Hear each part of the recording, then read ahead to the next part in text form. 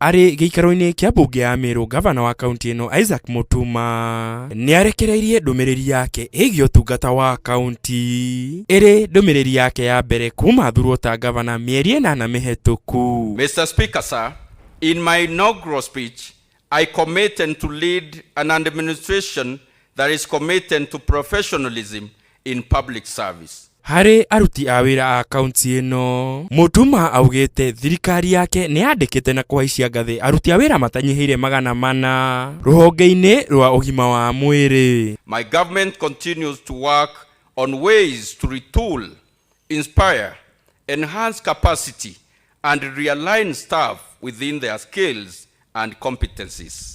Nĩeranĩire atĩ mwaka ũyũ nĩakũhaicia ngathĩ aruti a wĩra arĩa makinyĩirie ikĩro ĩkĩrũmĩrĩra mĩtaratara ya wandĩkani. This financial year 2025-2026, my administration plans to promote all the stagnated county staff and fully implement scheme of service across various cadres. Nĩguo kũgacĩrithia ũthii wa na mbere, Ngabana Mutuma nĩorĩtie aigithia na a Meru arĩa maikaraga nja wa Meru gũcoka mũciĩ na kũigithia nĩguo kũnyitanĩra harĩ gwaka Meru hamwe. All leaders in Meru County, the professionals, expatriates from our land and those working abroad, please let us join hands to bring back the smile of our motherland. Riboti ya mũico ĩrĩa ĩrĩga kũrekererio mbunge-inĩ ya Meru yarĩ mwaka-inĩ wa 2022 wathani-inĩ wa Ngabana wa hau kabere Kĩraitũ Mũrungi.